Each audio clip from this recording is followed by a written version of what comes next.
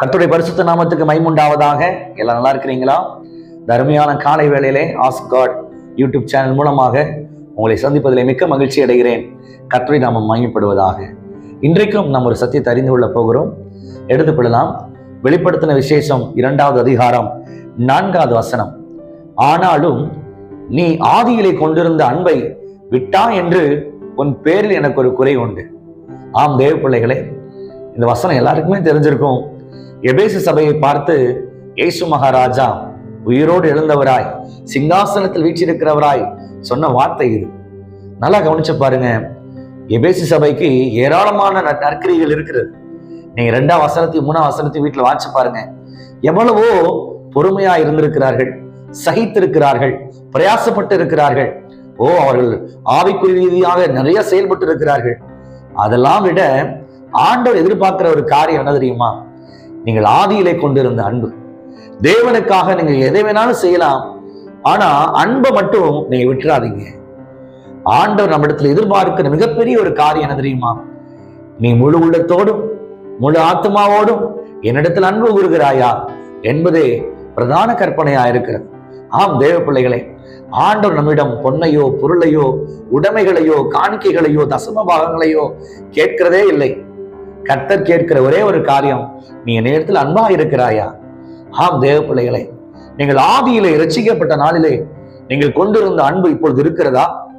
எல்லாரும் நீங்க உங்களுடைய இருதயத்தை கை வச்சு கேட்டு பாருங்களேன். அப்படி இருக்காது. ஆதியிலே இரட்சிக்கப்பட்ட பிறகு உங்க வாழ்க்கையில் இருந்த அந்த ஆனந்தம், அந்த சந்தோஷம், தேவன் மேல் இருந்த அன்பு, விசுவாசம் இன்றைக்கும் அப்படியே இருக்கிறதா?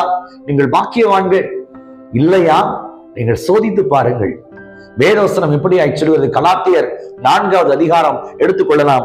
அதுல அந்த வசனம் சொல்லுது பாருங்க, 15ஆம் வசனம். அப்பொழுது நீங்கள் கொண்டிருந்த ஆனந்த பாக்கியம் எங்கே?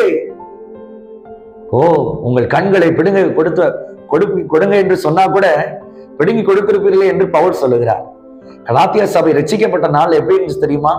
அவருடைய அன்பு அளவில்லாத தேவ அன்பு அவங்களுக்குள்ள இருந்துச்சு. அதனால உங்க கண்களை பிடுங்கித்தான் என்று கேட்டா கூட தந்து விடுவார்களாம். அப்படி ஒரு அன்பு. ஆம் தேவ பிள்ளைகளே, அன்பு எல்லாவற்றையும் விட சிறந்தது. அது வரங்களை விட சிறந்தது. அது எல்லாவற்றிலும் மிகப்பெரிய மகிமையான ஒன்றுதான் அன்பு. அது தேவனுக்கு கொடுங்கள். தேவன் எதையும் உங்களிடத்தில் எதிர்பார்க்கவில்லை. தேவனிடத்தில் நீங்கள் அன்பு கொடுத்து பாருங்கள். அவர் உங்களை நேசிக்கிறத உங்க கண்கூடா நீங்க பார்ப்பீங்க. அவர் தான் நம்முடைய மனவாளர், அவர் தான் நம்முடைய ஆத்தும நேசர், அவரே நம்முடைய லவ்வரா இருக்கிறார். அவருக்கு நீங்க டைம் ஸ்பெண்ட் பண்ணுங்க, நேரத்தை அவர்கிட்ட கொடுத்து பாருங்களேன். அதுதான் மிகச்சிறந்த அன்பு. இந்த உலகத்திலேயே நீங்க விலை கொடுத்து வாங்க முடியாத ஒரு காரியம் இருக்கு தெரியுமா? என்ன தெரியுமா? அந்த நேரம். அந்த நேரத்தை நீங்க கொடுத்து பாருங்களேன்.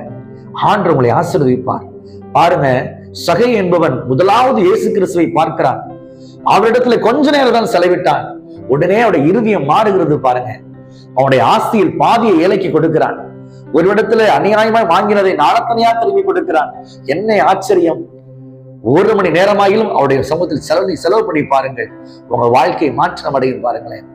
3 வருஷம் சீசர்களோடு கர்த்தர் இருந்தார். 3 வருஷம் அவர்களோடவே பயணித்தார். ஆனால் அவர் மரித்து அடக்கம் செய்யப்பட்ட பிறகு நடந்த காரியங்களை நீங்க அறிஞ்சிருப்பீங்க. பேதுரு ஒரு முறை சொல்லுவாரு, ஆண்டவரே, எல்லாவற்றையுமே விட்டு பின்பற்றினோமே என்று. பாருங்க, அவங்க எதெல்லாம் விட்டு வந்தாங்களோ அதெல்லாம் திரும்பி போய் எடுத்துட்டாங்க. வேலைக்கு போயிட்டாங்க. பாதி பேர் எங்க போனான்னு தெரியல. என்ன காரணம் தெரியுமா? அவங்க தேவனோட நேரம் செலவழிக்கல, தேவனை விட்டு விலகி போயிட்டாங்க, அன்பு செலுத்தல. அதனாலதான் அவங்க பின்வாங்கி போனார்கள்.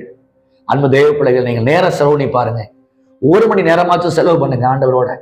ஆண்டவரோட நீங்க இணைஞ்சிருங்க. கர்த்தர் இடத்துல அன்பு செலுத்துங்க. கர்த்தர் உங்களை ஆசீர்வதிப்பார். ஜெபிக்கலாம்.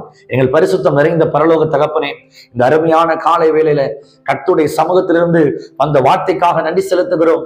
எல்லாரும் தேவனோடு நேரம் செலவழிக்க, அவரை அன்பாய் அவரிடத்துல அன்பு செலுத்த கர்த்தர் உதவி செய்திருங்கப்பா. நீங்க அப்படியே செய்ததுக்காக நன்றி செலுத்துகிறோம். இயேசு கிறிஸ்துவின் நாமத்தில் ஜெபிக்கிறோம் பிதாவே, ஆமென். கர்த்தர் உங்களை ஆசீர்வதிப்பாராக. God bless you.